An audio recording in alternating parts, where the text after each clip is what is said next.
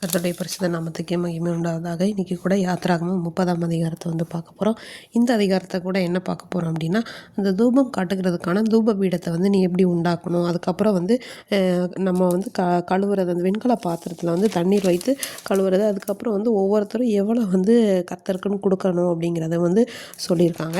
So அதை பற்றின சில கருத்துக்களை வந்து நம்ம இதில் வந்து பார்க்கலாம். இப்போ இதில் என்னென்ன சொல்லியிருக்காங்கன்னா, 2 விதமான பொருட்களை குறித்தும் அப்புறம் 2 விதமான உட்சேர்க்கக்கூடிய பொருட்கள் அப்படிங்கிற மாதிரி ஒவ்வொரு பொருளையும் தனித்தனியாக சொல்லியிருக்காங்க.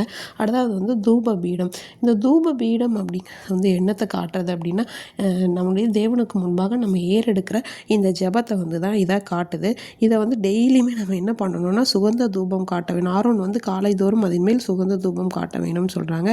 அப்புறம் மாலையில் அதே மாதிரி சொல்கிறாங்க. அதோட அந்த தூபம் காட்டுறது வந்து என்ன பண்ணக்கூடாது, எப்போவுமே அணைந்து போகக்கூடாது அப்படிங்கிற மாதிரி சொல்லியிருக்காங்க. அதே போல் நம்ம என்ன பண்ணணும்னா எப்போவுமே என்ன பண்ணணும், தேவனுக்கு முன்பாக நம்ம ஜெபத்தை ஏறெடுத்து அவரோட கூட ஜெபத்தில் இணைந்திருக்கணும். அடுத்ததாக வந்து இந்த வெண்கல தொட்டி அப்படிங்கிறத வந்து எதை குறிக்குது அப்படின்னா, நம்மளுடைய இருதயங்களை வந்து தேவனுடைய வார்த்தையினால் கழுவுகிறத வந்து இது வந்து குறிக்குது. அதனால் என்னாலும் நம்முடைய வேதத்தை நம்ம சார்ந்து இருக்கணும்னு.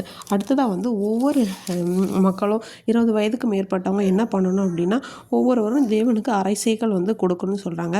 ஐஸ்வர்யமானா இருக்கிறங்கிறதுக்காக அதிகமாகவும் இல்லை ஏழையாக இருக்கவங்க கம்மியாகவும் கொடுக்கக்கூடாது அப்படின்னு சொல்லி இதில் சொல்லியிருக்காங்க. ஸோ நான் என்ன நினைக்கிறேன்னா, அது ஒரு எல்லாராலும் வந்து கொடுக்கக்கூடிய ஒரு அளவான காணிக்கையாக தான் இருக்கும்னு நான் நினைக்கிறேன்.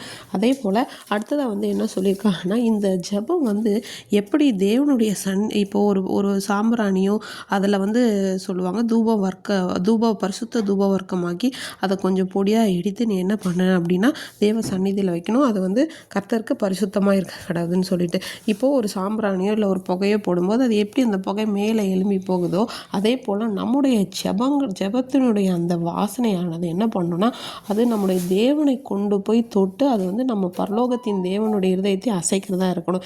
எப்படி வந்து பிதாவினிடத்தில் ஈசப்பா வந்து ஒரு மத்தியஸ்தராக இருந்து நமக்காகவும் நம்முடைய பாவங்களுக்காகவும் பரிந்து பேசி அவர் ஜெபம் பண்ணுறாரோ, அதே போல் நம்மளும் நம்மளுடைய ஜெபங்களை வந்து தேவனுக்கு முன்பாக ஏறெடுக்க வேண்டும் அப்படிங்கிறது தான் வந்து இந்த அதிகாரத்தில் வந்து வெளிப்படுத்துகிறாங்க. அதே மாதிரி இந்த எண்ணெய் வந்து என்னென்னா பரிசுத்த ஆவியை வந்து குறிக்குது. அந்த பரிசுத்த ஆவியானவர் வந்து நமக்குள்ளே இருந்து கிரியை செய்யணும். அதாவது ஜெபம், பரிசுத்த ஆவியானவர், வேத வாசிப்பு இதெல்லாம் ஒருமித்து இருக்கும்போது தேவன் நம்முடைய வாழ்க்கையிலே கிரியை செய்யக்கூடிய ஏதுவான பாத்திரமாய் நம்ம இருப்போம் அப்படிங்கிறத இந்த பகுதியிலேருந்து எனக்கு தெரிஞ்சதை நான் உங்கள் கூட பகிர்ந்துக்கிறேன். தேவன் தாமே இந்த வார்த்தையின்படியே நம்ம ஒவ்வொருவரையும் ஆசீர்வதித்து ஜெப வாழ்க்கையிலும் வேத வாசிப்பிலும் நம்மை அதிகமாய் எடுத்து நிலைநிறுத்தி வழி நடத்துவாராக. ஆமீன்.